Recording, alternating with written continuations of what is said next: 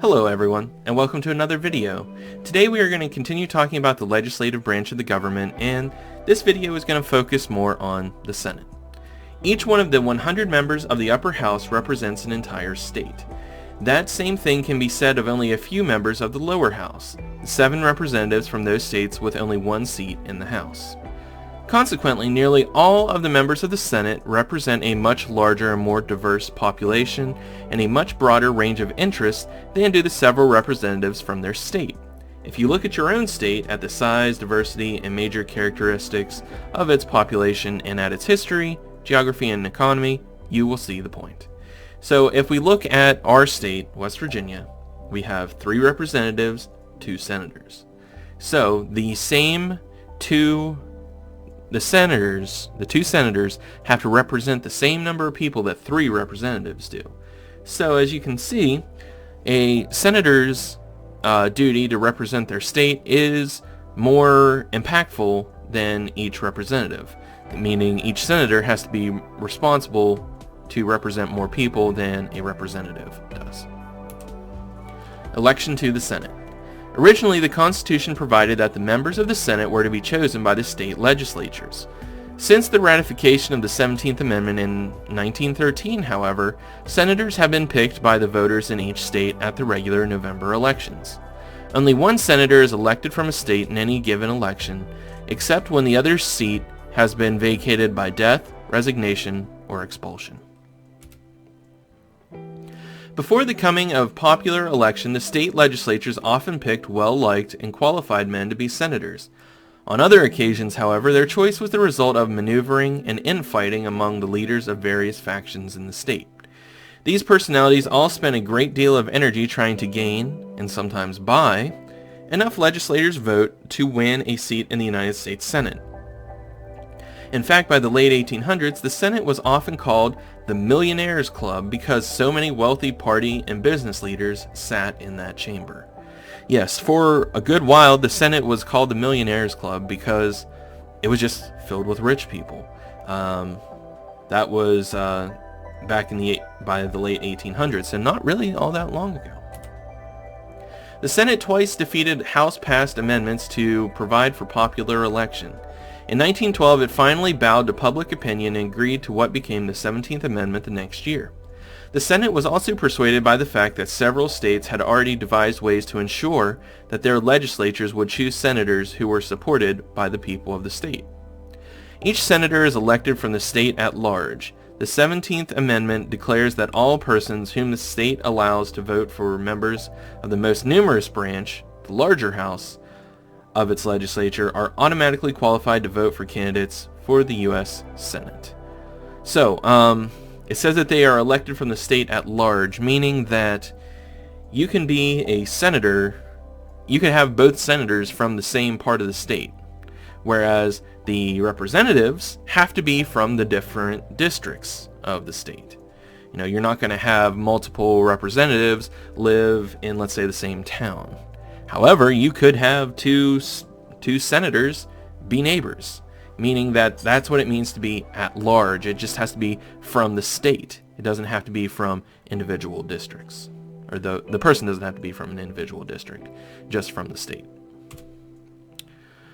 Term of office. Senators serve for 6-year terms, 3 times the length of those for which the members of the House are chosen.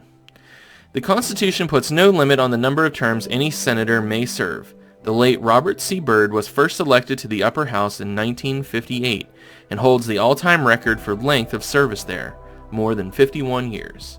Robert C. Byrd was one of our senators, and he was elected over and over and over again, and he served for 51 years in the United States Senate as a senator for West Virginia.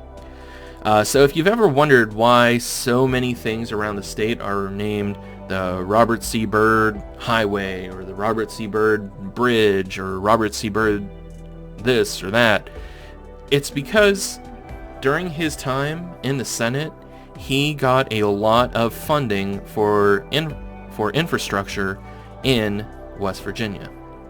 So those things that are named after him are named that for a reason, because he probably had a hand in getting the funding to build that build that highway, that bridge, that school, that community center, whatever it might be. He probably had a hand in getting the money and funding to have it built, so they named it in his honor. So if you're ever driving around and you see the Robert C. Byrd something, know that he probably had a hand in getting it for West Virginia, and he did this often, and he was very good at it. Senators' terms are staggered. Only a third of them, 33 or 34 terms, expire every 2 years. The Senate is then a continuous body. That is, all of its seats are never up for election at the same time. So the Senate terms are set up in a way that there will never be one election where every senator is new. There are always going to be holdovers from the previous Senate that then they have to run for re-election the following year or whatever it might be. So this way, you don't have just like that and you got a brand new set of people running everything. Think about it like a workplace. Would you want to go to a restaurant where you knew that every single person in that building was their first day on the job? That none of them had ever done anything like this before, and every single person was new? No, you wouldn't want that. That sounds like a terrible thing that could happen. So that is why they have it set up in a way that there will never be an election where every single person is new. That would be a very chaotic Senate. The 6-year term gives senators somewhat greater job security than that enjoyed by members of the lower house. Those 6 years give senators some insulation from the rough and tumble of day-to-day politics. The 6-year term also tends to make senators less subject to the pressures of public opinion and less susceptible to the pleas of special interests than their colleagues in the House. The larger size and the geographic scope of their constituencies, the people and interests the senators represent, are designed to have much to the same effect. That is to say, senators are supposed to be less concerned with the interests of some particularly small locality and more focused on the big picture of national concerns. So, I want to talk about that word for just a moment, constituency, or being referred to as a constituent.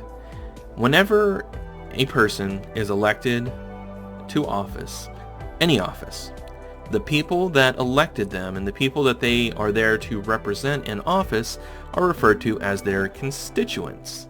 So whenever, currently, Joe Manchin is one of our senators, and Shelley Moore Capito. That is Shelley Capito there, and that is Joe Biden, or Joe Manchin, sorry. They are our U.S. senators. They serve in the United States Senate to represent West Virginia. And as such, you, myself, and every other person who is a resident of West Virginia are the constituents for Joe Manchin and Shelley Capito.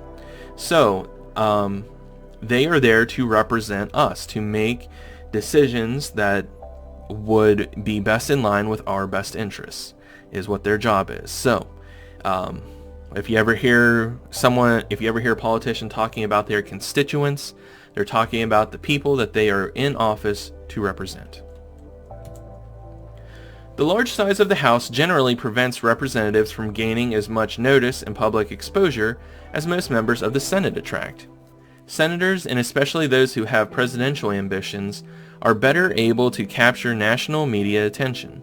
Over the past several elections, the Senate has emerged as a prime source of contenders for the presidential nomination in both parties.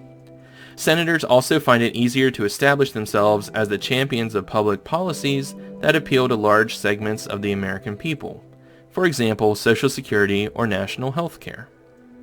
Senators are also more likely to be covered by the media in their states, and they tend to have more clout in their state's politics than that enjoyed by members of the House of Representatives.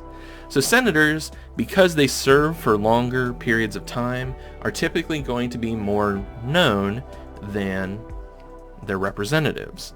Even though there is no limit to the number of times a person can be elected to the House of Representatives, there is no limit to the number of times a person can be elected to the Senate, whenever you're elected to the House, you're there for 2 years. Whenever you're elected to the Senate, you're there for 6. So you can get a lot more done and get a lot more attention in 6 years than you can in 2 years. So that is why a lot of presidential candidates come from the Senate, because they get a lot of experience there, they get a lot of public attention, you get a lot of notoriety, and people know who you are whenever you serve a long time in the Senate. Some argue that political careers are still more difficult for women. Former Senator Clinton has said cracking glass ceilings is the great unfinished business of the 21st century. A senator must meet a higher level of qualifications for office than those the Constitution sets for members of the House. A senator must 1. Be at least 30 years of age, 2. Have been a citizen of the United States for at least 9 years, and 3. Be an inhabitant of the state from which he or she is elected.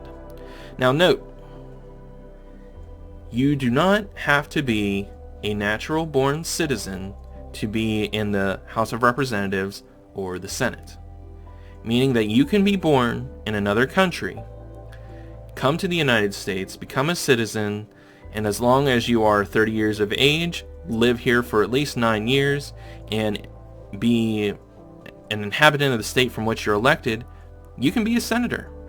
You can be a representative.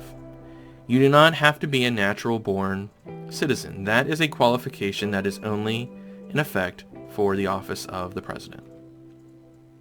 Okay guys, that's going to be it for this video. If you have any questions, you know how to get a hold of me. I hope everybody's having a great day, and I'll see you again real soon.